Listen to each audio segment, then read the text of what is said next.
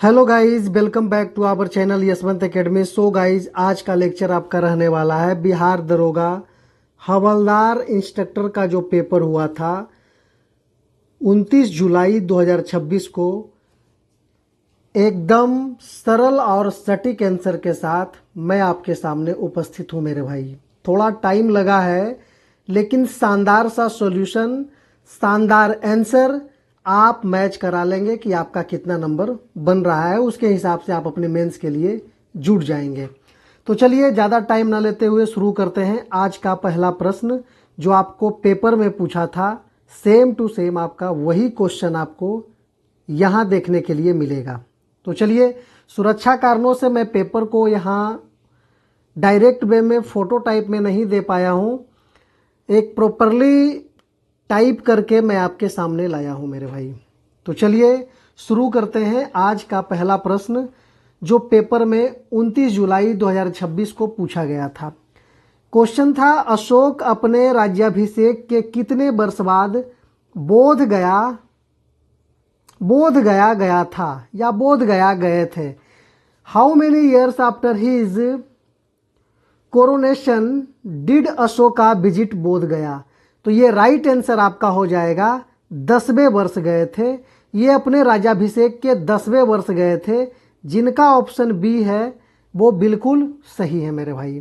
तो चलिए अगले प्रश्न की तरफ चलते हैं। क्वेश्चन नंबर 2 आपसे पूछा था, लिंगन मक्की बांध किस राज्य में स्थित है।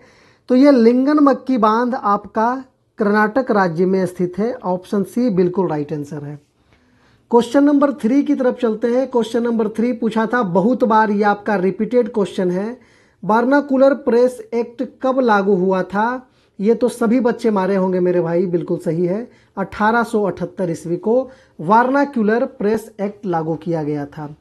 क्वेश्चन नंबर 4 आपसे पूछा है, संविधान दिवस कब मनाया जाता है। ये भी आपका रिपीटेड क्वेश्चन है, जो 26 नवंबर को मनाया जाता है। ऑप्शन सी आपका बिल्कुल राइट आंसर है। अगला क्वेश्चन आपसे पूछा था, अगला क्वेश्चन जो आपसे पूछा था question number 5, FIFA world cup 2026 कहाँ आयोजित किया जाएगा। तो ये आपका अमेरिका में, कनाडा और मैक्सिको 3 कंट्री इसे ऑर्गेनाइज करेगा मेरे भाई। तो ये आपका ऑप्शन बी बिल्कुल राइट आंसर है। जो अमेरिका, कनाडा और मैक्सिको मारे हैं उनका बिल्कुल राइट आंसर है। क्वेश्चन नंबर 6 जो आपसे पूछा था, 2011 की जनगणना के अनुसार सबसे कम जनसंख्या वाला राज्य कौन सा है। According to the 2011 census which of the list populated state in India. तो ये आपका ऑप्शन सी बिल्कुल राइट आंसर है, सिक्किम मेरे भाई, बिल्कुल राइट आंसर है। क्वेश्चन नंबर 7 आपसे पूछा था, ड्राई आइस सूखा बर्फ, बहुत बार का रिपीटेड क्वेश्चन है, ये आप लोग देख ही रहे होंगे मेरे भाई, को क्या कहा जाता है। तो इसे ठोस कार्बन डाइऑक्साइड कहा जाता है। ड्राई आइस को ठोस कार्बन डाइऑक्साइड भी कहा जाता है। अगला क्वेश्चन पूछा है क्वेश्चन नंबर 8, हाल ही में सी गणेश का निधन हुआ, वे किस राज्य से संबंधित थे। तो ये आपका करंट अफेयर्स का क्वेश्चन है। ये आपका सी गणेशन तमिलनाडु से संबंधित हैं। चलिए अगले प्रश्न की तरफ चलते हैं। अगला क्वेश्चन आपसे पूछा था, अगला क्वेश्चन आपसे पूछा था, बिहार में लीची का प्रमुख केंद्र किस जिला में स्थित है। Which district is the major centre to litchi in Bihar. तो ये आपका लीची के लिए फेमस है। मुजफ्फरपुर बिहार का एक जिला है, मुजफ्फरपुर, यही आपका राइट आंसर था।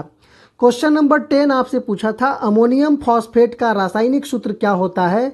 तो अमोनियम फॉस्फेट का रासायनिक सूत्र NH4 का होल थ्राइस इंटू PO4 होता है, जो बिल्कुल राइट आंसर है। इसको ऑप्शन से बिल्कुल एलिमिनेट कर सकते हैं मेरे भाई, कि फॉस्फोरस यानी फॉस्फेट बोला है तो NO3 नहीं होगा, SO4 नहीं होगा।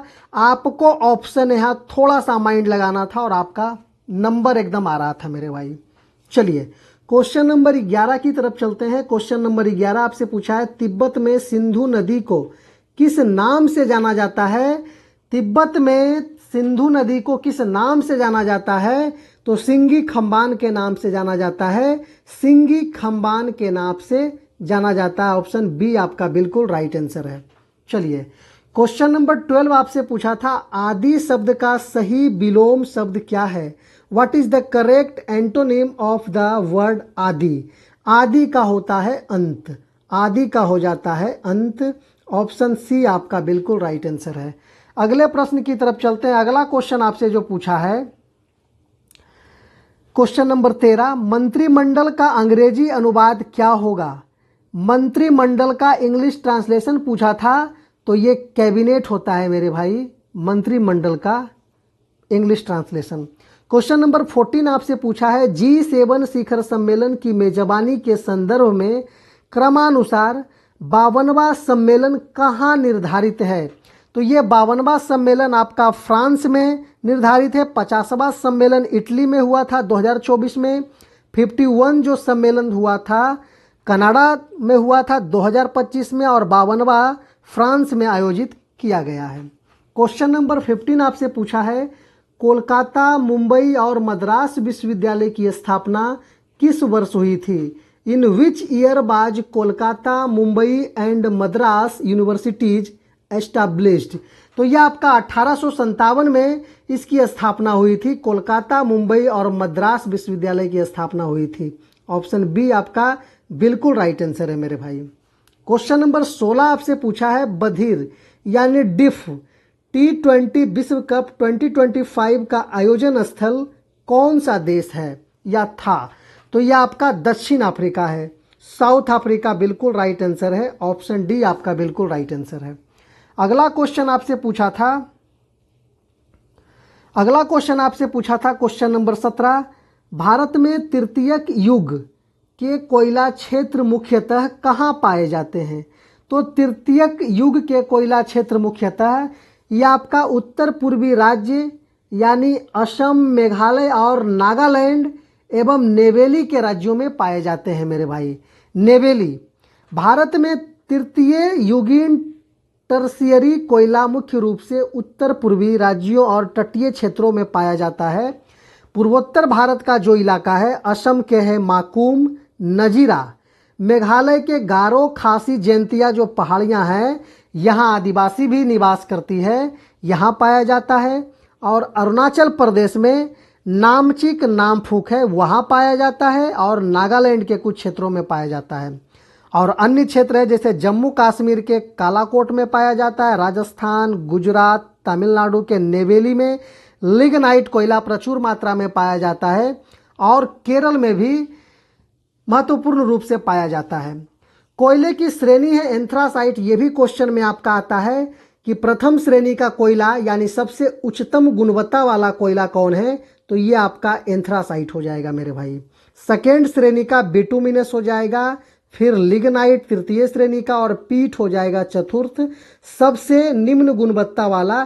तो एक तरह से श्रेणी क्रम भी आपको यहाँ दे दिया गया है कि अच्छे श्रेणी से निम्नतम श्रेणी की तरफ आपको अरेंज करना है। तो यहाँ से भी अरेंजमेंट से भी क्वेश्चन आता है मेरे भाई, अरेंजमेंट से भी आपका क्वेश्चन आता है कि कोयले की प्रकार को आपको अरेंज करना है। चलिए क्वेश्चन नंबर 18 की तरफ चलते हैं। क्वेश्चन नंबर 18 आपसे पूछा है, भारत अर्थात इंडिया राज्यों का संघ होगा, यह किस अनुच्छेद में वर्णित है? तो ये आपका आर्टिकल 1 में लिखा गया है कि भारत राज्यों का संघ होगा, आर्टिकल 1 में आपका वर्णित है। अगला क्वेश्चन जो आपसे पूछा है, क्वेश्चन नंबर 19, अनुमानित आंकड़ों 2021 से 23 के अनुसार भारत की कुल जनसंख्या में बिहार का योगदान लगभग कितना प्रतिशत है? बिहार का योगदान लगभग कितना प्रतिशत है? तो ये आपका 8.6% है। ऑप्शन बी आपका बिल्कुल राइट आंसर है। क्वेश्चन नंबर 20 आपसे पूछा है, प्रसिद्ध पुस्तक द लास्ट बुक उपन्यास के लेखक कौन है? Who is the author of the famous novel the last book? तो इसके ऑथर हैं जिबकोविक। यह आपका राइट आंसर है। यह सर्बिया के राइटर हैं जिनका पूरा नाम जोरान जिबकोविक है और उन्हीं का उपन्यास है द लास्ट बुक। तो ऑप्शन ए आपका बिल्कुल राइट आंसर था मेरे भाई। क्वेश्चन नंबर 21 आपसे पूछा है, निम्नलिखित में से कौन सी नदी कृष्णा नदी की सहायक नदी नहीं है?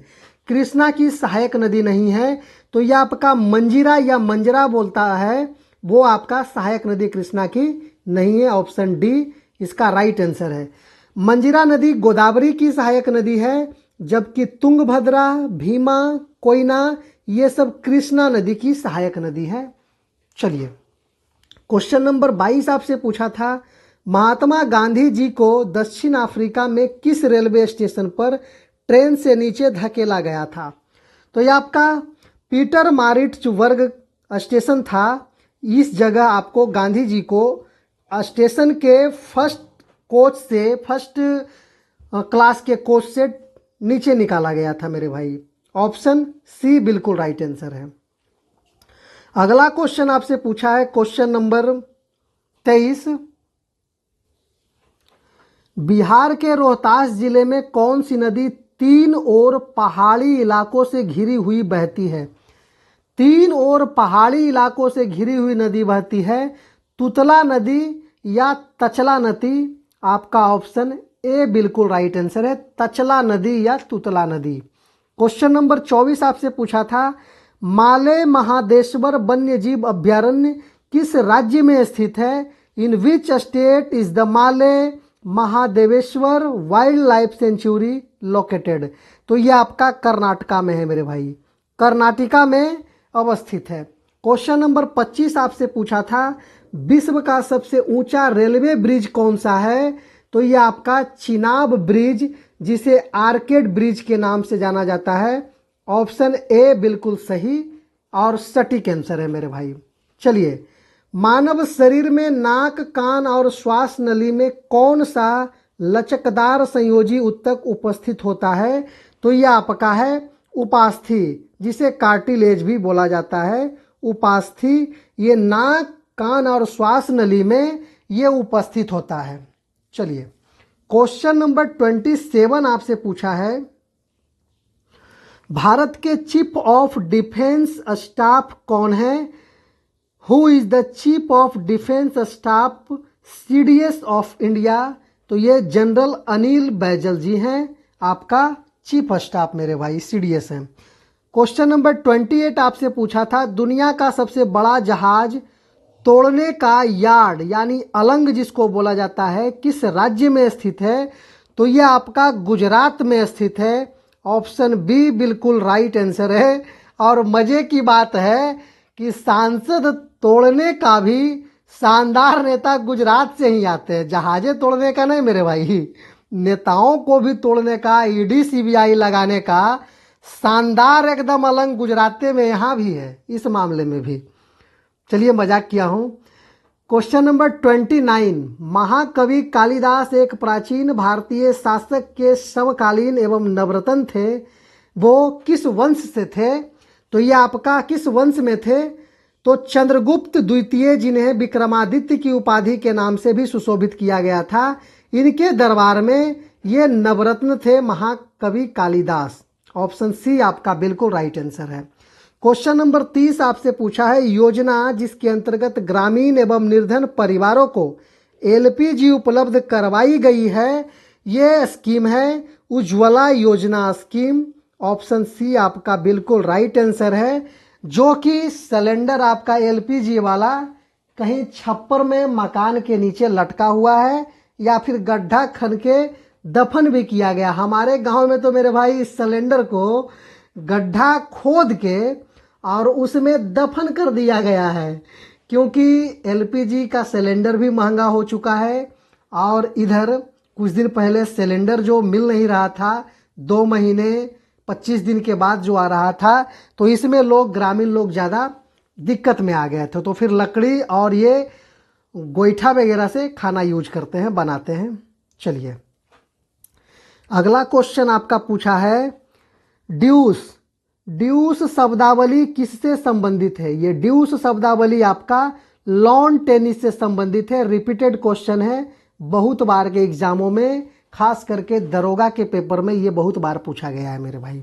चलिए, क्वेश्चन नंबर 32 आपसे पूछा है, ये क्वेश्चन आपका रिपीट हो गया है। इसका 2011 में जनसंख्या सबसे कम था सिक्किम था। ऑप्शन ए इसमें राइट आंसर है।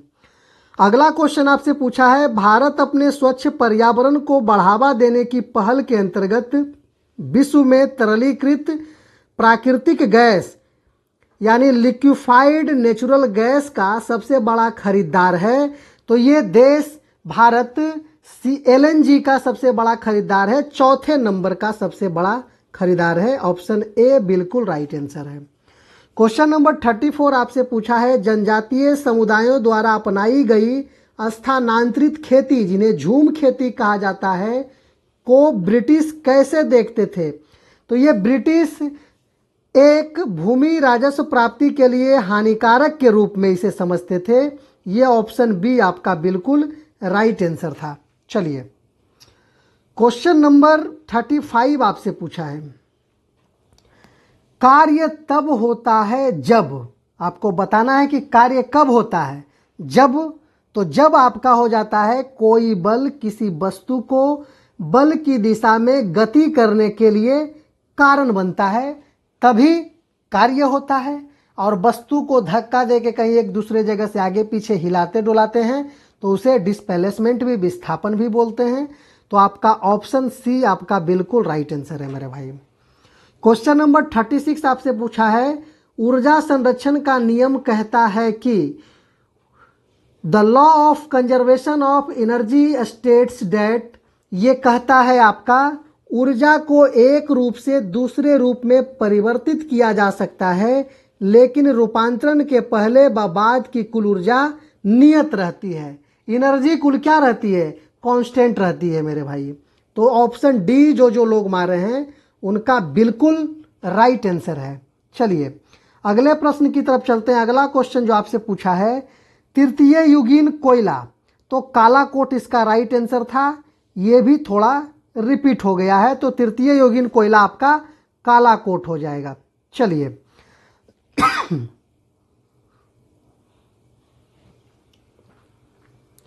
बिहार में राष्ट्रीय लीची शोध केंद्र कहाँ स्थित है? तो ये मुजफ्फरपुर में हो गया है। अगला क्वेश्चन आपसे पूछा है, निम्नलिखित में से कौन सी भारतीय कृषि की समस्या या समस्याएं हैं? तो इसका राइट आंसर हो जाएगा 1, 2 और 3 दोनों। मतलब भारतीय कृषि की समस्या है मानसून की निर्भरता, इस पे डिपेंड होती है। कृषि जोत का बंटवारा एवं खेतों का छोटा आकार होना, इस पे भी डिपेंड करती है। और व्यवसायीकरण की कमी, इसके कारण भी भारतीय कृषि में समस्याएं उत्पन्न हो रही है। ऑप्शन ए बिल्कुल राइट आंसर है।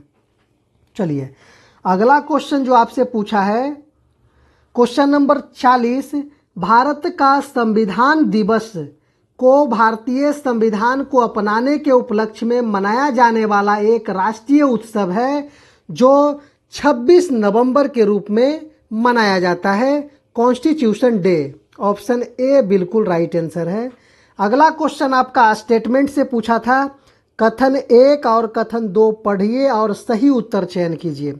कथन 1 कह रहा है, संघ सरकार और राज्य सरकारों के बीच सत्ता का बंटवारा संविधान की संरचना का मूल है। कथन 2 कह रहा है कि केंद्र और राज्य के बीच सत्ता साझाकरण व्यवस्था में परिवर्तन करना आसान नहीं है। तो इसका राइट आंसर हो जाएगा कथन 1 और 2 दोनों सही है, क्योंकि संघ और राज्य सरकार के बीच सत्ता का बंटवारा संविधान की संरचना का मूल मंत्र भी है, बिल्कुल सही है। और केंद्र और राज्य के बीच जो सत्ता का साझाकरण है, व्यवस्था में परिवर्तन करना उतना आसान भी नहीं है, इसलिए ऑप्शन सी आपका बिल्कुल राइट आंसर है। जो लोग सी मारे हैं उनका बिल्कुल सही है। चलिए अगले प्रश्न की तरफ चलते हैं। अगला क्वेश्चन जो आपसे पूछा है, ये भी आपका कथन 1 और कथन 2 को पढ़िए और सही उत्तर दीजिए। तो इसका राइट, पहला कथन है, राज्यपाल मुख्यमंत्री की नियुक्ति के बाद मंत्रियों की नियुक्ति करता है, बिल्कुल सही है। मंत्री परिषद की नियुक्ति राज्यपाल के विवेकाधीन शक्ति है, ये आपका नहीं है। राज्यपाल मुख्यमंत्री के सलाह पर ही मंत्री को चुनेंगे मेरे भाई। तो इसका राइट आंसर हो जाएगा ऑप्शन केवल 1 सही है, केवल 1 सही है। और यहाँ नोट में देखिए आपको डाल दिए हैं कि राज्यपाल मुख्यमंत्री की सलाह पर ही मंत्रियों की नियुक्ति करता है, यह उसकी विवेकाधीन शक्ति नहीं है। तो इसका राइट आंसर हो जाएगा ऑप्शन ए बिल्कुल सही है। अगला क्वेश्चन आपसे पूछा है, भारत में राष्ट्रीय खेल दिवस किस खिलाड़ी की जन्म जयंती के अवसर पर मनाया जाता है?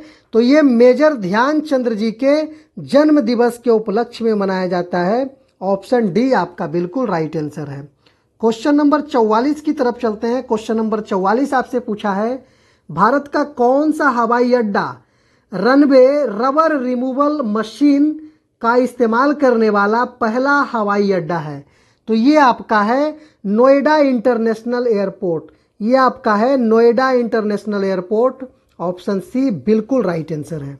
जिन लोगों ने सी मारा है बिल्कुल सही है मेरे भाई। बहुत सारे लोग चेन्नई वगैरह भी मारे हैं, लेकिन इसका right answer Noida international airport है। क्वेश्चन नंबर 45 आपसे पूछा है, the Vince orbiter mission, sorry Vince नहीं है, वेनस इसको बोल सकते हैं, इंग्लिश में वेनस लिखा हुआ है। वेनस ऑर्बिटर मिशन किन दो देशों की संयुक्त मिशन है? तो ये आपका राइट आंसर हो जाएगा भारत और स्वीडन। भारत और स्वीडन का है Venus orbiter mission. Option D बिल्कुल राइट आंसर है। इसरो के Shukrayaan first Venus orbiter mission में Swedish Institute of Space Physics IRF का पेलोड या पेलोड उपकरण भी इसमें शामिल है। तो ऑप्शन डी आपका बिल्कुल राइट आंसर है। क्वेश्चन 46 आपसे पूछा है, निम्न में से कौन सा शहरीकरण का एक सकारात्मक प्रभाव है? शहरीकरण का एक सकारात्मक प्रभाव है तो ये आपका है बेहतर बुनियादी ढांचा और सेवाएं। यही शहरीकरण का एक बेहतर प्रभाव है। ऑप्शन बी आपका बिल्कुल राइट आंसर है। क्वेश्चन नंबर 47 आपसे पूछा है, भारत की निर्धन जनसंख्या का कितना प्रतिशत बिहार में रहता है? वित्तीय वर्ष 23-24 के आंकड़ों के अनुसार पूछा है। तो यह आपका 10% बिहार में निर्धन जनसंख्या निवास करती है। ऑप्शन ए आपका बिल्कुल राइट आंसर है। नीति आयोग के बहुआयामी गरीबी सूचकांक MPI रिपोर्ट के अनुसार भारत में कुल गरीबों में लगभग 10% बिहार में निवास करते हैं। 10% आप भारत के कुल गरीबों में लगभग 10% बिहार में निवास करते हैं। सोचिए बिहार कितना पिछड़ा है। कुछ अपना भी रीजन है, कुछ उद्योग धंधा की कमी है, और नौकरी में जो इतना ज़्यादा पेपर लीक वगैरह होता है उसकी कमी है। नेताओं की सरकारी खजानों की लूट एक अलग मची हुई है। तो बहुत सारा यहाँ दिक्कत है मेरे भाई।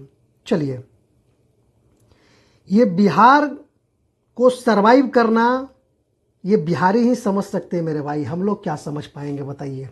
चलिए, क्वेश्चन नंबर 48 है, लेकिन एक चीज़ है कि बिहार वालों का जोश और जुनून हर क्षेत्र में लबालब है। चाहे वो क्रिकेट का क्षेत्र हो, चाहे वो जैवलिन का क्षेत्र हो, चाहे वे किसी भी क्षेत्र का हो, नेता मंत्री लोगों का क्षेत्र हो, हर जगह अपनी एक अलग पहचान उनकी है मेरे भाई। ऐसे बिहारियों भाई को हमेशा सैल्यूट रहेगा। चलिए, क्वेश्चन नंबर 48 आपसे पूछा है, भारतीय संविधान के किस अनुच्छेद में लिखा है भारत यानी अर्थात इंडिया राज्यों का संघ यूनियन ऑफ स्टेट होगा? तो यह आर्टिकल 1 में लिखा गया है। ऑप्शन ए बिल्कुल राइट आंसर है। क्वेश्चन नंबर 49 आपसे पूछा है कि इनमें से किस यूनिवर्सिटी ने KCC space technology and research program 2026 launch किया है? तो यह आपका Chandigarh university KCC space technology research program 2026 को लॉन्च किया है। ऑप्शन बी आपका बिल्कुल राइट आंसर है मेरे भाई। क्वेश्चन नंबर 50 आपसे पूछा है, 2026 फीफा वर्ल्ड कप के सह मेजबान कौन कौन से 3 देश हैं? तो ये आपका USA, कनाडा और मैक्सिको फीफा 2026 वर्ल्ड कप के मेजबान देश हैं। ऑप्शन बी आपका बिल्कुल राइट आंसर है। और क्वेश्चन नंबर 51 पूछा है कि किस कंपनी ने भारत की पहली फ्लेक्स फ्यूल पैसेंजर गाड़ी लॉन्च करी है? तो यह आपका मारुति सुजुकी है जो फर्स्ट पैसेंजर गाड़ी लॉन्च की है जो फ्लेक्स फ्यूल से रिलेटेड है। मारुति सुजुकी ये लॉन्च करी है वैगनार FFV। चलिए, अगला क्वेश्चन आपसे पूछा है क्वेश्चन नंबर 52 मैथ का क्वेश्चन था। भारत में, पहले तो इसको देख लेते हैं, भारत में राष्ट्रीय खाद्य सुरक्षा अधिनियम किस वर्ष पारित किया गया था?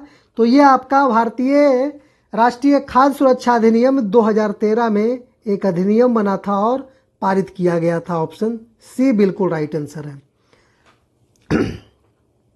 क्वेश्चन मैथ का आ गया, यदि किसी समांतर श्रेणी का 9वां पद उसके 5वें पद से 10 अधिक है तो समांतर श्रेणी का सारवंतर बोला है, और पहला पद क्रमशः क्या क्या होगा, जबकि 5वां पद 2 दिया है। तो यहाँ पता है आपको 9वां पद बोला है और 5वां पद, तो T9 माइनस T5 करेंगे और उसका जो सारवंतर दे दिया है, कहाँ गया, सॉरी, उसका सारवंतर, हाँ यहाँ 10 अधिक है तो यहाँ 10 दे दिया है। इसको जब T9 माइनस T5 करेंगे तो D बचेगा, D मतलब 4D बचेगा। T9 से 5 में 4 टर्म आएगा, 4D बचेगा। जब 4 से इसको 10 को काटेंगे 2.5 बार में कट जाएगा, तो D equal to 2.5, D equal to 2.5। तो T5 आपको 5वां पद निकालना है, T5, तो ये फॉर्मूला होता है A प्लस 4D। तो ये 5वां पद आपका 2 दे दिया है, A आप 4D, D आपका निकल गया 2.5। 25 चौके मेरे भाई 100 होता है, मतलब इस तरह से हो जाएगा। 100 में जब इधर 2 माइनस आके होगा तो ये -10 हो जाएगा +2, तो ये आपका A इक्वल टू हो जाएगा -8 मेरे भाई। तो ये राइट आंसर हो जाएगा, एक आ रहा है 2.5, एक -8। ऑप्शन डी आपका बिल्कुल राइट आंसर है। अगला क्वेश्चन आपसे पूछा है, ये भी आपका मैथ का क्वेश्चन है। एक संयुक्त परिवार में लक्ष्मी और सरस्वती द्वारा निवेशित पूंजी का अनुपात 6:5 है और उनके लाभ का अनुपात 7:3 है। यदि लक्ष्मी की पूंजी 35 महीनों के लिए निवेशित थी तो सरस्वती द्वारा निवेशित पूंजी के लिए कितना रुपए है? तो एक फॉर्मूला आपको पता होगा मेरे भाई, मैन डे MDH बटा W करके है, उस पर भी आप इसको बना सकते हैं।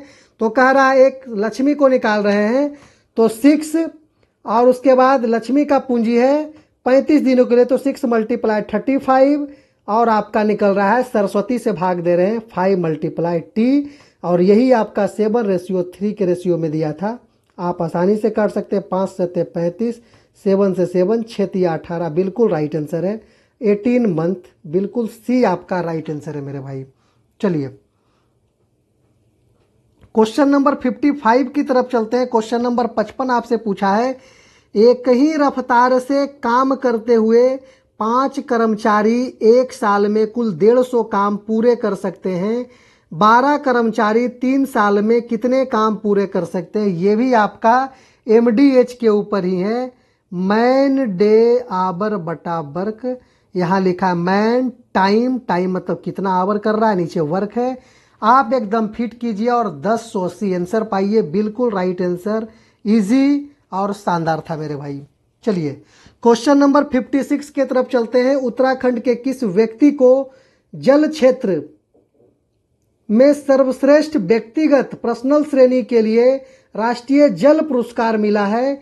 तो ये आपका मिला है मोहन चंद्र कांडपाला को, जो उत्तराखंड के रहने वाले हैं। ऑप्शन ए बिल्कुल राइट आंसर है। क्वेश्चन नंबर 57 की तरफ चलते हैं। क्वेश्चन नंबर 57 जो आपसे बोला है, कथन ए बोला है कि जब कोई व्यक्ति नाव से छलांग लगाता है तो नाव पीछे नहीं खिसकती है। दूसरा बोला है न्यूटन के तृतीय गति नियम के अनुसार प्रत्येक क्रिया के बराबर एवं विपरीत दिशा में प्रतिक्रिया होती है। ये आपका स्टेटमेंट तो सही है, लेकिन यहाँ कह रहा है कि जब कोई व्यक्ति नाव से छलांग लगाता है तो नाव पीछे नहीं खिसकती है। तो इसका मतलब है कि नाव जल में तो नहीं है। अगर जल में है तो नाव है, जल में नहीं है तो नाव वो चीज़ नहीं है। अगर जल में नाव है तो छलांग लगाएंगे तो पीछे खिसकना है। तो ये स्टेटमेंट आपका गलत बोल रहा है। तो ऑप्शन सी आपका बिल्कुल सही है।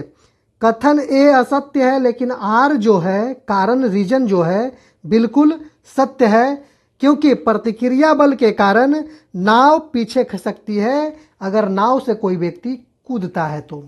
चलिए इसका राइट आंसर ऑप्शन सी है। क्वेश्चन नंबर 58 पूछा है कि एक क्रिकेट खिलाड़ी गेंद को पकड़ते समय अपने हाथों को पीछे की ओर ले जाता है और कारण दूसरा ले जाता है, बिल्कुल सही है। कारण दूसरा है कि ऐसा करने से गेंद द्वारा लगाए गए बल का मान कम हो जाता है, ये भी बिल्कुल सही है। तो ये भी आपका सही, ये भी आपका सही है। एकदम आसान सा कथन बेस्ट था। तो कथन ए और कारण आर दोनों सत्य है तथा आर जो है कथन ए की सही व्याख्या भी करता है। ऑप्शन ए बिल्कुल राइट आंसर है। चलिए क्वेश्चन नंबर 59 की तरफ चलते हैं। क्वेश्चन नंबर 59 आपसे पूछा है, गुरुत्वाकर्षण बल के संबंध में निम्नलिखित में से कौन सा कथन सही है? विच of the following statements is correct regarding gravitational force? तो यह आपका राइट आंसर हो जाएगा ऑप्शन ए। दो पिंडों के बीच गुरुत्वाकर्षण बल उनके द्रव्यमानों के गुणनफल के अनुक्रमानुपाती होता है। तो ऑप्शन ए बिल्कुल राइट आंसर है मेरे भाई। जो लोग ए मार रहे हैं उनका बिल्कुल सही आंसर है। अगला क्वेश्चन आपसे पूछा है, भारत के वर्तमान थल सेनाध्यक्ष chief of the army staff कौन है? Who is the current chief of army staff of India? तो ये आपका जनरल उपेंद्र द्विवेदी है। General Upendra Dwivedi, option A आपका बिल्कुल राइट आंसर है। क्वेश्चन नंबर 61 आपसे पूछा है, पराग नालिकाओं पोलन ट्यूब्स का बीजांड की ओर बढ़ना किसके कारण होता है? तो ये रासायनानुवर्तन के कारण होता है। रासायनानुवर्तन, ऑप्शन सी आपका बिल्कुल राइट आंसर है। अगला क्वेश्चन आपसे पूछा है 62 नंबर क्वेश्चन, बिहार में ताम्रपाषाण काल के प्रमुख अवशेष कहाँ प्राप्त हुए हैं? तो यह आपका बिहार का एक जगह है चिरांद एवं सोनपुर, वहाँ बिहार के ताम्रपाषाण काल के प्रमुख अवशेष भी प्राप्त हुए हैं। ऑप्शन ए बिल्कुल राइट आंसर है। क्वेश्चन नंबर 63 आपसे पूछा है, भारतीय खाद्य अधिनियम एफसीआई द्वारा विभिन्न राज्यों में खाद्यान्न खरीदकर सुरक्षित भंडारण करने को क्या कहा जाता है? तो इसको कहा जाता है बफर स्टॉक। बफर स्टॉक कहा जाता है सुरक्षित भंडार को खाद्यान्न खरीदकर सुरक्षित भंडार में रखा जाना, बफर स्टॉक इसे बोला जाता है। क्वेश्चन नंबर 64 आपसे पूछा है, भारत को वास्तविक स्वतंत्रता तब तक प्राप्त नहीं हो सकती जब तक निर्धन लोगों को मानवीय कष्टों से मुक्ति नहीं मिल जाती। तो ये महात्मा गांधी जी बोले थे। महात्मा गांधी जी बोले थे कि निर्धन लोगों को मानवीय कष्टों से जब तक मुक्ति नहीं मिल जाती तब तक वास्तविक स्वतंत्रता प्राप्त नहीं हो सकती। ये गांधी जी का कहना था और बिल्कुल सही कहना था मेरे भाई। ऑप्शन बी बिल्कुल राइट आंसर है। अगला क्वेश्चन आपसे पूछा है, असहयोग आंदोलन का सबसे पहले पूर्ण समर्थन किस प्रांत ने किया था? Which province was the first of extend full support to the non cooperation movement? तो सबसे पहला एक स्टेट था जिन्होंने पूर्ण समर्थन किया था, वो जगह था बिहार मेरे भाई। कभी न माने हार, उसी का नाम है बिहार। तो चलिए, हमारे पास क्वेश्चन 65 तक ही पहुंच पाया था मेरे भाई। 65 तक शानदार और सटीक विश्लेषण हमारे पास उसका मैं आपको जो था प्रोवाइड करा दिया। तो चलिए, अगर वीडियो आपके लिए सपोर्टिव लगा होगा मेरे भाई तो प्लीज़ लाइक कीजिएगा और चैनल को मेरे भाई सब्सक्राइब करना मत भूलिएगा। तो इतना काम, एक छोटा सा काम है, ज़रूर कर दीजिएगा। धन्यवाद। फिर मिलते हैं आपको अगले सेशंस में। तब तक के लिए धन्यवाद मेरे भाई।